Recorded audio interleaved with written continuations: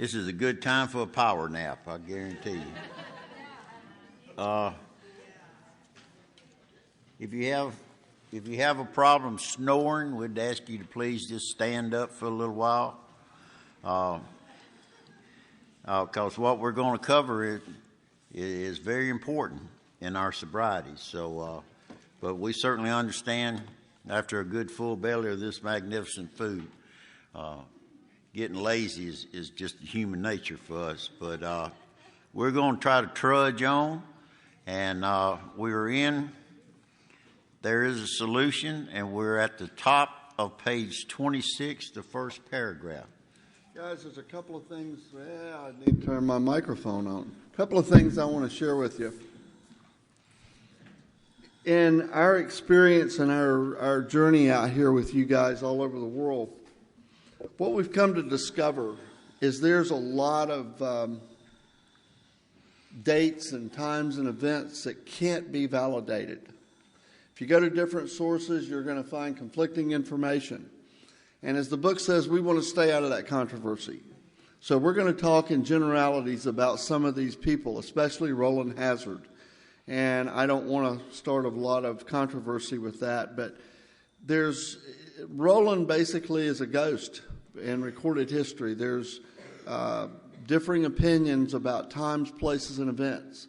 But what we do know, and we're about to read about Roland, we do know that he visited Carl Jung. We do know that Carl Jung gave him the solution, which is a vital spiritual experience. That's what we know. How long he was there, how many times he saw him, don't know. Why was he there? Don't know if he went over there for that. And there's another one that I recently kept myself awake for endless hours. I read the book Grateful to Have Been There by Nell Wing, Bill and Lois's secretary for 40-something years. And Nell went on a search for the origin of the Serenity Prayer. Jump into that one for a while. I mean, dead serious. They attribute that being penned by Niebuhr Reinhold, or Reinhold Niebuhr. Yes. Well, he didn't do it. They found some inscriptions on a cave wall from back in the day. So all we're saying is we're going to be talking in some generalities about this guy. And like we said in the beginning of last night's session, if you have a differing opinion, get with us after the meeting. I've gone toe-to-toe with a couple of people about Roland, and I can't substantiate any of my information. So thank God that he met Jung, and thank God gave him the solution, and thank God y'all are here, and we're all living as a byproduct of that. Page 26, first paragraph. Roland Hazard, a certain American businessman, had the ability, good sense, and high character. For years, he had floundered from one sanitarium to another. He had consulted the best-known American psychiatrist. Then he had gone to Europe, placing himself in the care of a celebrated physician, the psychiatrist Dr. Jung. Let me tell you a little bit about Roland. I've got a full sheet on him, but I'm not going to go there. Just to kind of tell you his background, he's an American blue blood, big money. His family had enough money to burn a wet dog. Came from a whole line of politicians. He was a Rhode Island senator. He was an investment banker. He was a senior director for Allied Chemical, Allied Signal. Those companies are still around. They're multi-billion-dollar corporations. They owned Burlington Industry. He's the one that went up before the judge and got Ebby out of jail, but he could not stay sober. And he never did join Alcoholics Anonymous as far as we can tell.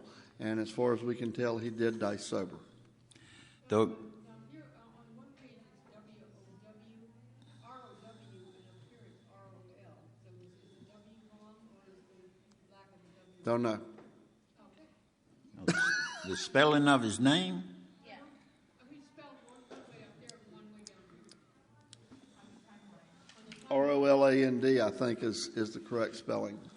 Don't know that. No, I believe that's right. Yeah, I don't think there's a W in it. Though experience had made him skeptical, he finished his treatment with unusual confidence. His physical and mental condition were unusually good.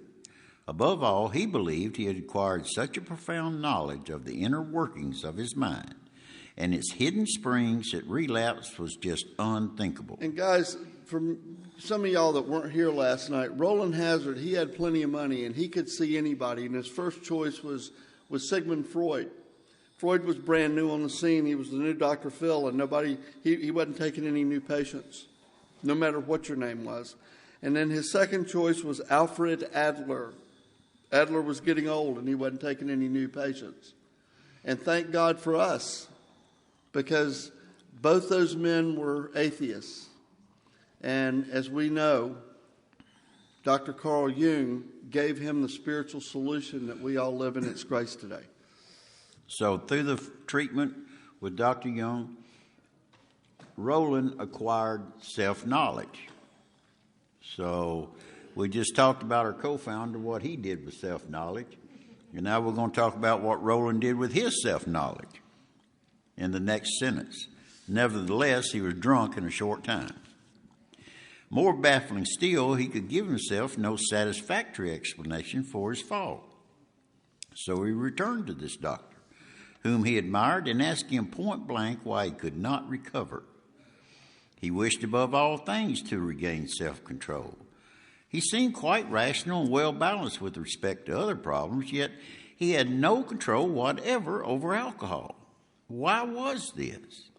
He begged the doctor to tell him the whole truth, and he got it. In Dr. Jung's judgment, he was utterly hopeless. What does that mean?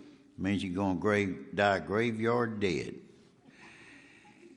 He could never regain his position in society and would have to place himself under lock and key or hire a bodyguard if he expected to live long. That was the great physician's opinion. You know, there was a movie that we've all seen, Animal House. And one of the main characters was a cat named Blutowski, Bluto. And this man hired a bodyguard to keep him away from alcohol and drugs while on that set.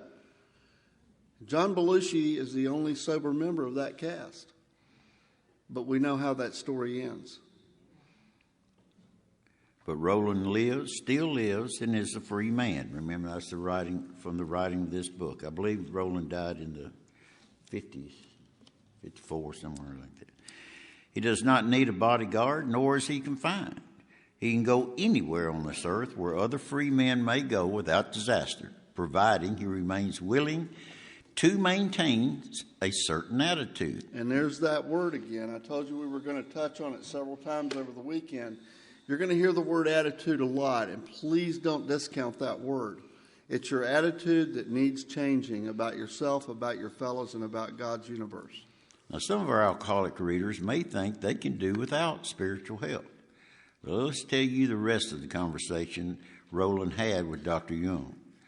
The doctor said, "You have a mind of a chronic alcoholic, and I have never seen one single case recover where that state of mind existed to the extent that it does in you." I wonder how Roland was feeling about that time. Ooh, Roland felt as though the gates of hell had closed on him with a clang. He said to the doctor, "Is there no exception?" "Yes," replied Dr. Jung. And I got to tell you, now they're talking about his life here. This is life or death. And I'm not crazy about the odds that this great doctor gave him, and here they are. Yes, there is. Exceptions to cases such as yours have been recurring since early times. And here's the odds. Here and there, once in a while. Woo. Alcoholics have had what are called vital spiritual experiences. To me, these occurrences are phenomenon. Okay, vital is life-sustaining. To me, these occurrences are phenomena. I don't know why or where or how. They're beyond my comprehension. And this is where Dr. Jung starts suggesting Roland changes. And here's our changes. They appear to be in the nature of a huge emotional displacement and rearrangements. Ideas, emotions, and attitudes, which were once the guiding forces of lives of these men, are suddenly cast to one side. And a completely new set of conceptions and motives begin to dominate them. All right, so if you want, you could write in your margin, that is a definition of psychic change. In fact, I've been trying to produce some such emotional rearrangements within you. With many individuals, these methods which I have employed are successful, but I have never been successful with an alcoholic of your description. And down at the bottom it says, for amplification, see Appendix 2. We're going to wait because he's going to beg us in a minute. Upon hearing this, our friend was somewhat relieved, for he reflected that after all, he was a good church member. This hope, and Dr. Young said, well, how's that working out for you? This hope, however, was destroyed by Dr. Young's telling him that while his religious convictions were very good, in Roland's case, they did not spell the necessary vital spiritual experience. Here was a terrible dilemma in which our friend found himself when he had the extraordinary experience, which, as we have already told you, made him a free man.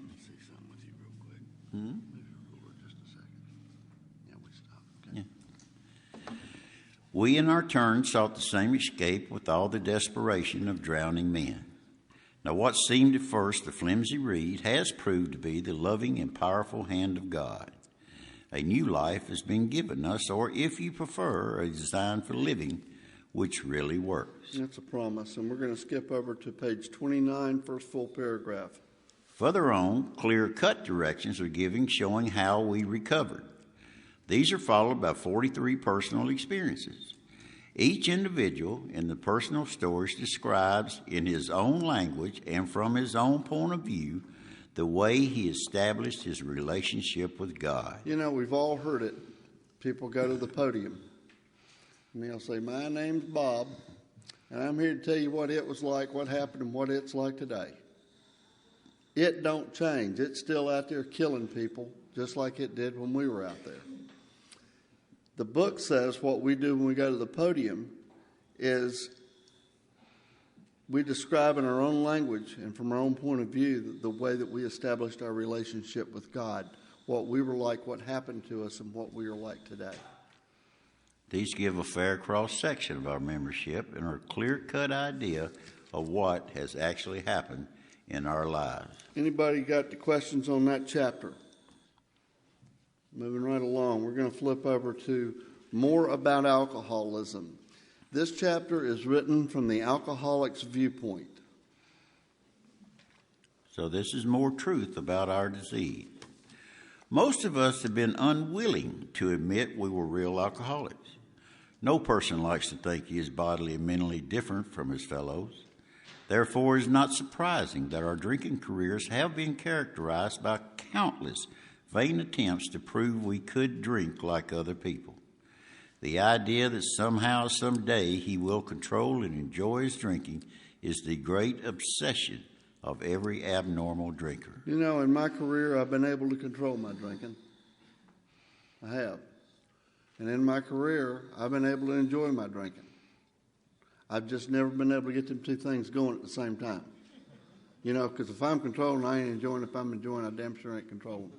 So that's a fine balance right there. And they say the great obsession of every abnormal drinker, obsession is the same thing as insanity. And we break down words. Sanity is wholeness of mind. And if you're insane, you can figure that one out. It's a pretty quick study. The persistence of this illusion is astonishing. Many pursue it into the gates of insanity or death. And here comes your first step. All this is that he's talking about is we actually believe the lie. That's pretty much what it's all, the illusion, the delusion. That's a lie, you know. But it's so convincing to us that we actually believe the lie. In other words, we don't know we don't know. An illusion is another word for insanity. Illusion, delusion, obsession. This is very important. This is the only place in the book that it truly, in my opinion, has the directions for taking step one. We learned that we had to fully concede to our innermost selves that we were alcoholics. This is the first step in recovery. So there's some clear-cut directions, Charlie. It seems to be a yes or no answer. Do you fully concede to your innermost self that you're an alcoholic? Now, I don't know if that takes a year to answer or 10 years to answer. Alcohol beat me into a state of reasonableness. So it wasn't hard for me to take step 1A. Now, I was in this gated community that had this strict dress code that told me when to eat and when not to eat and who I could talk to, if I could talk to anybody. And I didn't have a key to my front door. So unmanageability, I believe step 1B also applied. But this is where they're talking. The delusion, or believing that lie again, that we are like other people, or presently may be, has to be smashed. Subtle language. We alcoholics are men and women who have lost the ability to control our drinking. We know that no real alcoholic ever recovers control. See, ever is in italics. All of us felt at times that we were regaining control, either by self-knowledge or self-will, but such intervals, usually brief, were inevitably followed by still less control, which led in time to pitiful and incomprehensible demoralization. When you hear those words, do you remember when you felt the pitiful and incomprehensible demoralization? I don't know about you. There was one time in my life that always comes to mind every time Charlie reads it. It involved my family in a holiday event, and I'll never forget it. And that, if I can just dredge that up from time to time, it's a place I never want to go again. But when he reads it, I see it every time I'm right back there. You know, and it doesn't matter if you're living in a Kenmore box under the bridge or over in the viaduct somewhere, or you just spilt some wine on your white rug. The guys that I work with, when we talk about hitting your bottom, the best way I can explain it is when you break your own heart. There's nothing else. How could I be the kind of person I've turned out to be? You actually break your own heart. We're convinced to a man that an alcoholic of our type are in a grip of progressive illness. Over any considerable period, we get worse, never better. There's another promise. Let's jump over to page 31, first full paragraph. Despite all we can say, many who are real alcoholics are not going to believe they're in that class. By every form of self-deception and experimentation, they will try to prove themselves exception to the rule, therefore non-alcoholic. Now, if anyone is showing inability to control his drinking and can do the right about face and drink like a gentleman, our hats are off to him. How do gentlemen drink? Well, I can't tell you. I'll just take my hat off to him, though. There you go. Heaven knows we have tried hard enough and long enough to drink like other people. Go to the bottom paragraph on the page. We do not like to pronounce any individual as alcoholics, but you can quickly diagnose your own self. Step over to the nearest bar room and try some controlled drinking. We call this test question number 1 for the allergy. And I've had these cats come up and say, I don't know if I'm a real alcoholic. I said, well, go over and do some controlled drinking. Follow the directions on page 31. And it says, try to drink and stop abruptly. Try it more than once. What does that do? Well, it won't take long for you to decide. If you're honest with yourself about it, it may be worth a bad case of jitters if you get the full knowledge of your condition. Let's skip a paragraph. This girl used to sit on the front row. She called herself an Al-Anon at our home group. She came up to me after the meeting one night and she says, I think I might be in the wrong room. I might need to be in here with y'all. And I said, why don't you go over and try test question number 1? She said, what is that? And I showed it to her. She came back next week and she looked like she had her ass beat. I said, how'd that work out? She says, I need a white chip. Welcome home, honey. Bill's great at giving us examples. Now, here's a man at 30 who was doing a great deal of spree drinking. He was very nervous in the morning after these bouts and quieted himself with liquor. He was ambitious to succeed in business, but saw that he would get nowhere if he drank at all. Because once he started, he had no control whatever. He made up his mind that until he had been successful in business, had retired, he would not touch another drop. Now, exceptional man, he remained bone dry for 25 years and retired at the age of 55, having a successful and happy business career. Guys, what they're going to outline here in the next pages with all these examples is they're outlining the progressive nature of this disease. And we talked about it briefly earlier last night. My body, as a real alcoholic, has a deficiency of the proper enzymes to metabolize alcohol. That's my problem. And as I grow older, I haven't had a drink in over 24 years, but here's the deal. The organs of my body, everything about my body is aged. I'm less capable of handling other things. And when you think about the word, the thing that happens to us when we drink, we become intoxicated. Toxic. Alcohol is really not intended for human consumption. You're pouring something in your body that your body doesn't like, so it responds to it, and you get lightheaded, woozy, and we run into bridge abutments. You follow here? It was never intended for us to put that in our bodies. So as we grow older, we become less and less capable or able to metabolize these intoxicants. So where I was when I quit drinking at 40, if I take a couple of drinks today, I'm done. Now, this cat here, he says he remained bone dry for 25 years. Can you imagine what a really happy son of a bitch he must have been? You walk up to this guy and say, "Hey, Jim, how you doing?" "I'm fine, I'm great, fine. Drink, dude, just drink."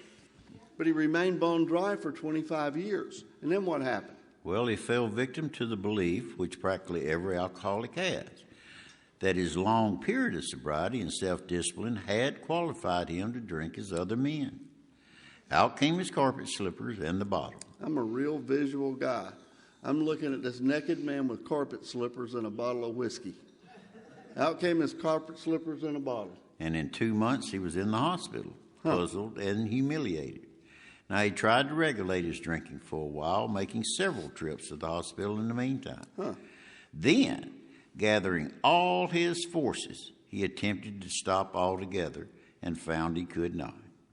Every means of solving his problem which money could buy was at his disposal.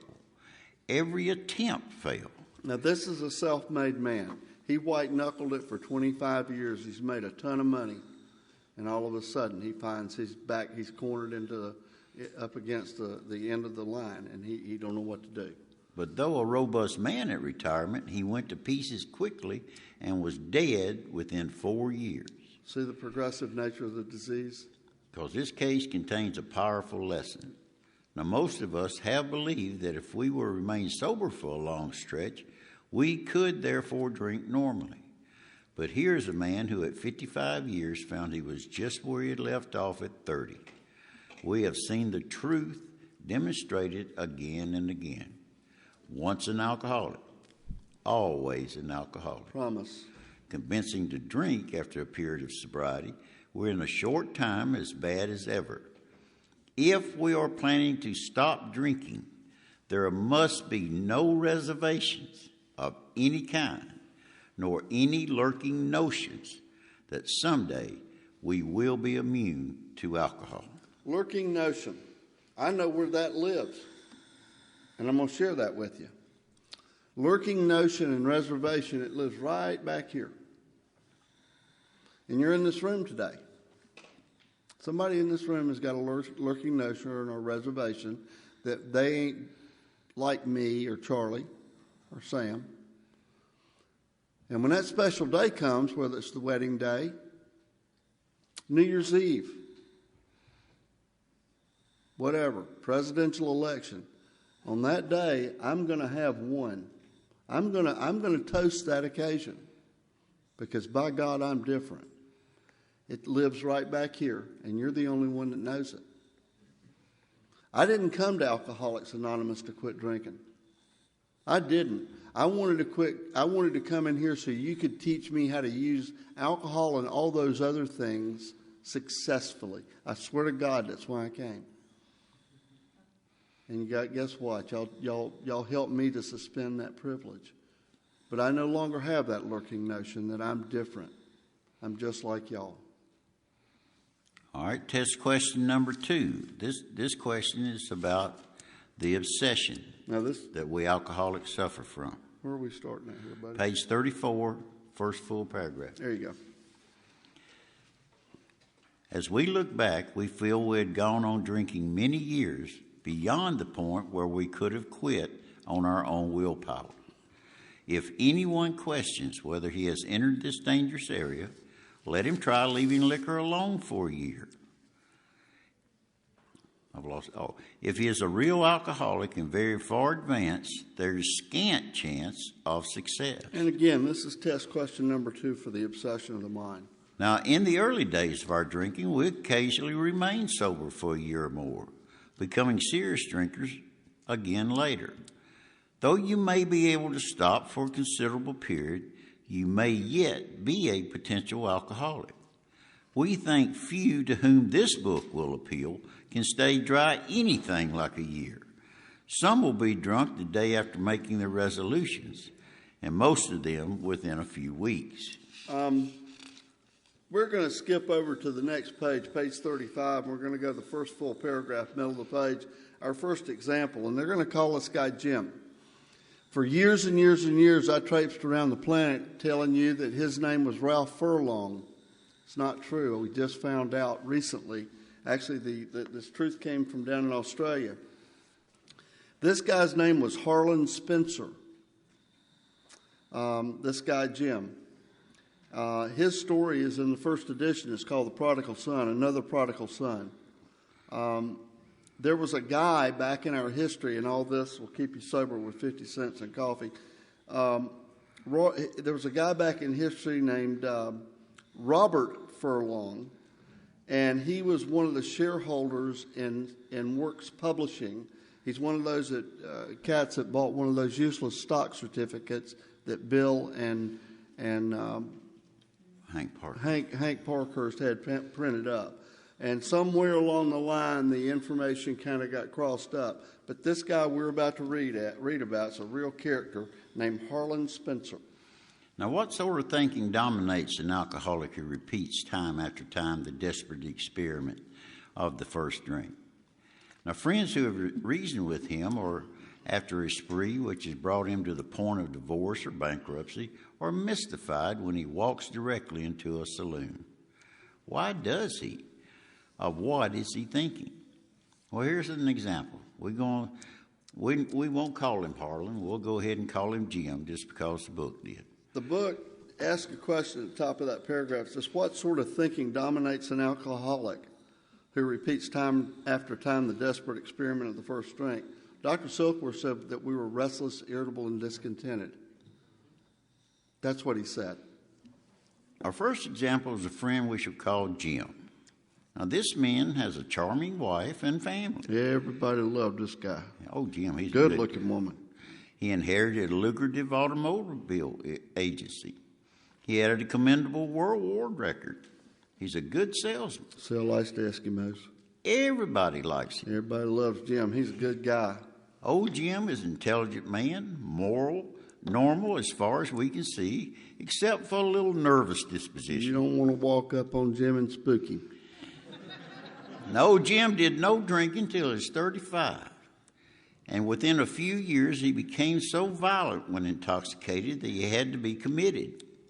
On leaving the asylum, he came into contact with us. So Jim liked to drink red liquor and whip your ass is what it boils down to. You just didn't want to drink with Jim. He liked to drink and fight. He comes out of the spin dry, the jitter joint, and they sent a couple of fellows from A&A in there. And we told him what we knew about alcoholism. We told him about the first step. And the answer we had found. Told him about step 2. He made a beginning. His family was reassembled, and he began to work as a salesman for the business he had lost through drinking. So he had this big old Ford store, and he lost it, and now he's back over selling used cars across the lot. The as is. Yeah, there ain't no warranty on these babies. Yeah, in the gravel pit. Yeah, he's in the gravel.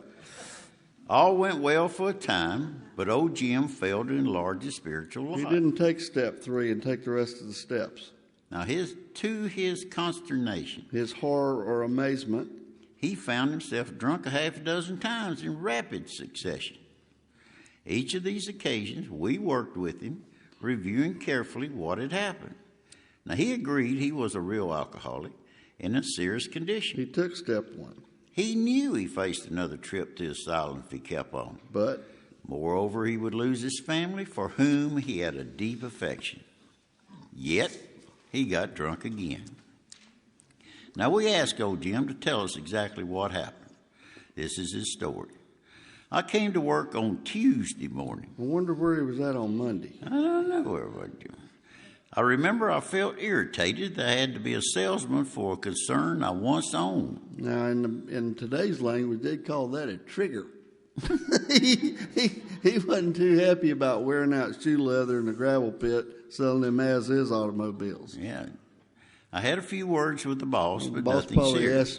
Boss probably said, "Where were you at on Monday, Jim?"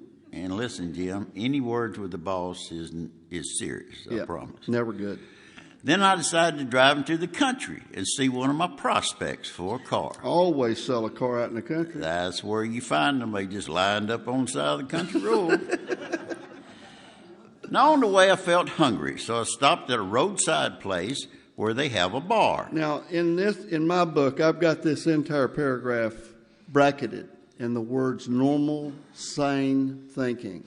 This is normal, sane thinking for a hungry car salesman out in the country to find a prospect for a car. Yeah. Best bologna sandwich right there, the Dewdrop Inn. Yeah, he's been there. They make great bologna sandwiches. Yeah. I had no intention of drinking. I just thought I'd get a sandwich. Yeah. I also had a notion that I might find a customer for a car at this place. Well, you know, car customers, they stop off there and eat bologna sandwiches. They right there at the Dewdrop Inn about 9:30 in the morning every day, which was familiar, for I'd been going there for years. But I don't think in the years previous, he probably wasn't going there for the bologna sandwich. Probably He's not. probably going there for that Red Rock Rye. Yeah.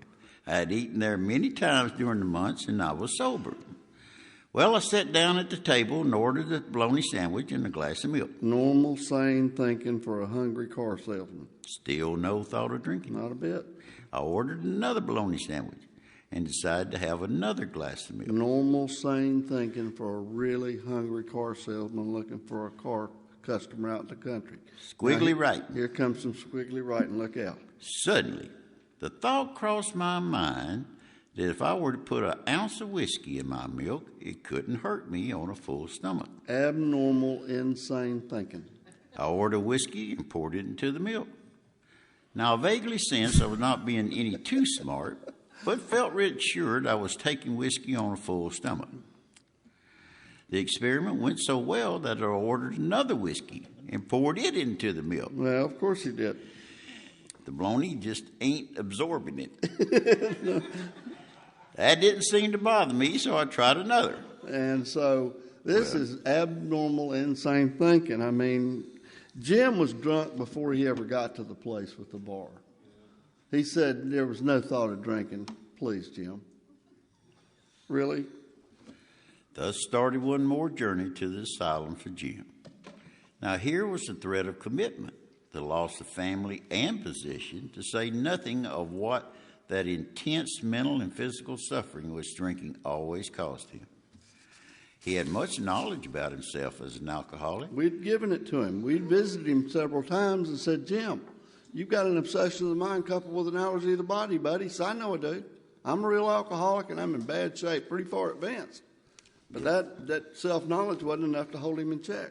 Because yet all the reasons for not drinking were easily pushed aside in favor for that foolish idea that he could take whiskey if only he mixed it with milk and bologna. Mm-hmm.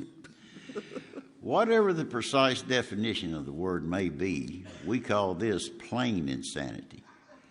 How can such a lack of proportion of the ability to think straight be called anything else? We're going to skip over and take another example on page 39, Second full paragraph. We're going to be talking about Fred.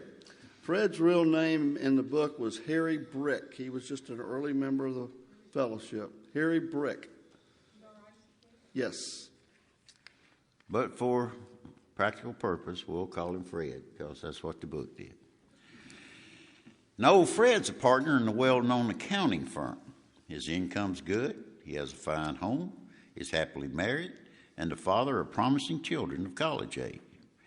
He has so attractive a personality that he makes friends with everyone. Anybody that meets Fred just thinks he hung the moon. Now, if ever there was a successful businessman, it was old Fred. Now, Fred's the kind of guy, based on the information they share with us here, he's a self-made man. He's one of them cats that can pull himself up by his bootstraps. Nothing in life is too big an obstacle for Fred.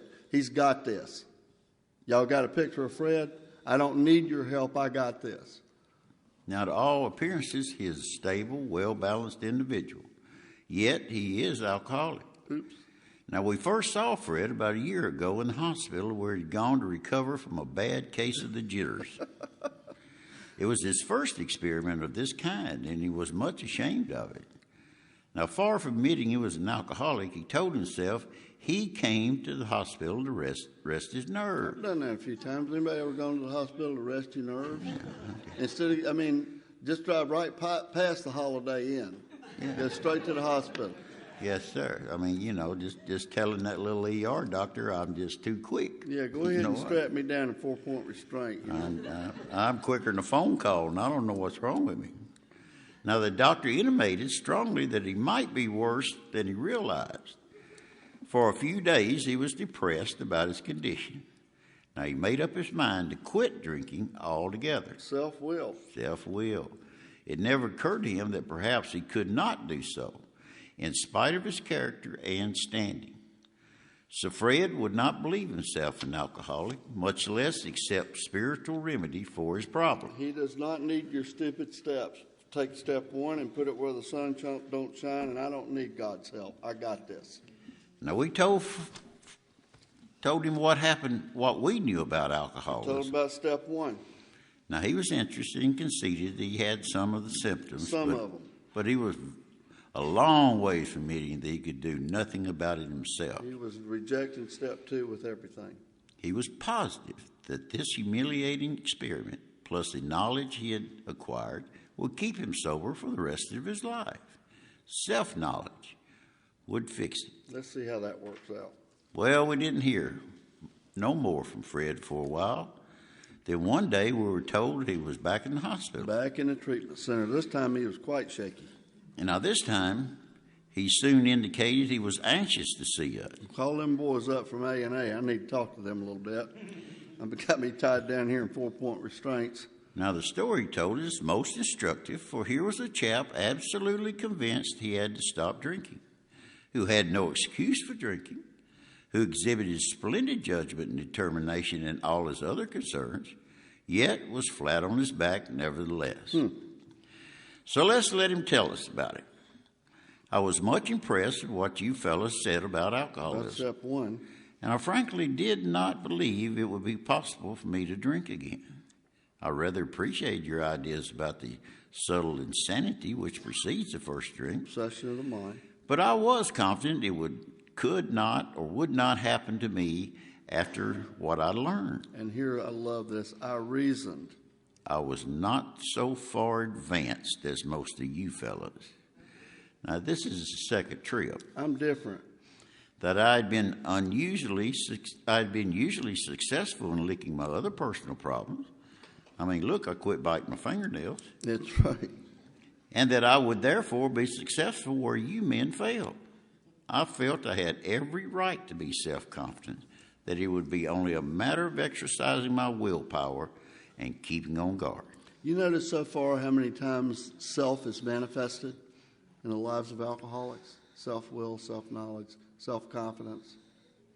So in this frame of mind, I went about my business, and for a time, all was well. I had no trouble refusing drinks and began to wonder if I'd not been making too hard a work of a simple matter. So one day I went to Washington to present some accounting evidence to a government bureau. All right, so he is already planning what's going to happen next. He says, you know, wonder if I'd not been making too hard work of a simple matter. And I'm going to go up to Washington and talk to IRS about this tax matter. So I'd been out of town before during this particular dry spell. Dry spell. So there was nothing new about it. Physically, I felt fine. Neither did I have any pressing problems or worries. My business came off well, and I was pleased and knew my partners would be too. It was the end of a perfect day, not a cloud on the horizon. He is like a proud peacock, all puffed up. He's made a ton of money from the government, and he knew his partners was going to be happy, and his wife was going to pat him on the butt. And then what happened?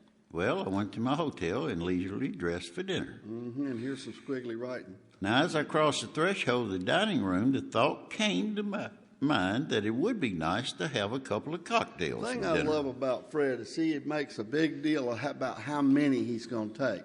He didn't say to have several or get drunk. He said, I'm going to have a couple of cocktails, kind of take the edge off. And that's all. That was all, nothing more. Nothing more. So I ordered a cocktail with my meal. A cocktail. Yeah. Then I ordered another Of cocktail. course he did. And after dinner, I decided to take a little walk. Wonder where he went. He went to the ATM machine. Uh-huh. When I returned to the hotel, it struck me a highball would be fine before going to bed. Might have been an 8-ball. Could have been a highball with an 8-ball. So I stepped into the bar and had one. Had one. You see that? Now, I remember having several more that night. And plenty more of that next morning. I have shadowy recollection of being on an airplane bound for New York. And what's the problem with that? Well, I live in Miami. And of finding a friendly taxi cab driver at the landing field instead of my wife. You know, when I read this, I think about my brother that 12-stepped me. He very flamboyant gay man, and he loved to drink tons of liquor. And about 3 or 4 o'clock in the morning, he'd call up relatives all over the country. And when he would get them on the phone, he'd tell them about their mama and them. You know, that they really weren't his legal parents, that they were adopted. I mean, he would stir the pot. And when we go to these family reunions, people would be off in the corner whispering and pointing at him. He says, what are they talking about? I said, well, they probably got the same damn call at 3 o'clock in the morning I got. And so Fred has probably called up his wife in the middle of the night and told her about her mama and them. And she says, I'm not picking your ass up. And he finds a friendly taxi cab driver at the landing field. And he escorts me around for several days. Keeps saying, Several days, y'all, not a few hours. He's in a cab for days. he keeps saying there is no Palmetto Drive in the Bronx. And I keep saying, yeah, it is too. You keep driving. I know little of where I went or what I said or what I did. And then came the treatment center with unbearable mental and physical suffering. As soon as I regained my ability to think, I went carefully. That ability to think comes right after bowel control. Right. Yeah. Yep. Bowel control. That's when they give you that dress to put on. Dress and unifoot slippers. Yeah. Get my dress, my unifoot slippers. I went carefully over that evening in Washington. And here's some squiggly writing. Now, not only had I been off guard, I'd made no fight whatever against the first drink. This time I had not thought of consequences at all. I had commenced to drink as careless as though the cocktails were ginger ale. I now remembered what my alcoholic friends had told me and how they prophesied that if I had an alcoholic mind, the time and place would come and I would drink again. There's a promise. They had said that though I did raise a defense, it would one day give away before some trivial reason for having a drink. Well, just that did happen, and more. For what I had learned of alcoholism did not occur to me at all. Self-knowledge flew right out the window. I knew that from the moment that I had an alcoholic mind, I saw that willpower and self-knowledge would not help in those strange mental blank spots. In other words, he's ready to take step one. I had never been able to understand people who said that the problem had them hopelessly defeated.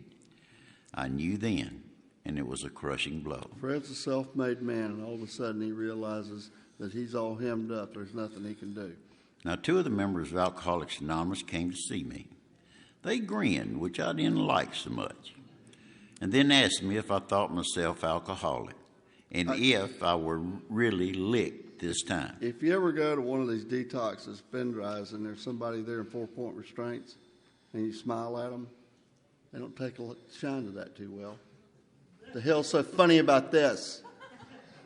How's your mom and them? How's your mom and them? I had to concede both propositions. They piled on me heaps of evidence to the effect that the alcoholic mentality, such I had exhibited in Washington, was a hopeless condition. So Fred has just taken step 1A and 1B. They cited cases out of their own experience by the dozens. Now, this process snuffed out the last flicker of conviction that I could do the job myself. Now, then they outlined the spiritual answer. Step 2. And program of action, which 100 of them had followed successfully. Program of action would be steps 3 through 9. Now, though I'd been only nominal churchman, their proposals were not intellectually hard to swallow. But the program of action, though entirely sensible, was pretty drastic. writing an inventory and doing a 5th step, are you kidding me? Now, it meant I would have to throw several lifelong conceptions out the window. That wasn't easy, but the moment I made up my mind to go through with the process. All right, pay attention right there. The moment I made up my mind to go through with the process, that is a step 3 decision right there. He's already taken step 1 and 2, and he just took step 3. I had the curious feeling that my alcoholic condition was relieved as it proved to be. If you go back, or when we get over here to step 3, it says sometimes an effect, a very great one, was felt at once you take step 3, and this is what he's talking about. He says, but the moment I made up my mind to go through with the process, comma, I had the curious feeling that my alcoholic condition was relieved, as in fact it has proven to be. Sweet, huh? So Fred has just connected up with a power greater than himself, the thing that he's rejected all these years. And quite as important was the discovery that spiritual principles would solve all my problems. Is it word in your book, all, or just some of them? All of them. I'll be dog. And I have since been brought into a way of living infinitely more satisfying and, I hope, more useful than the life I lived before. Promise? Now, my old manner of life was not by no means a bad one, but I would not exchange its best moments for the worst I have now. I would not go back to it even if I could. Guys, let's take a 10-minute break. Be back at 10 after 2, and we'll pick up with we antagonists. Any questions real quick?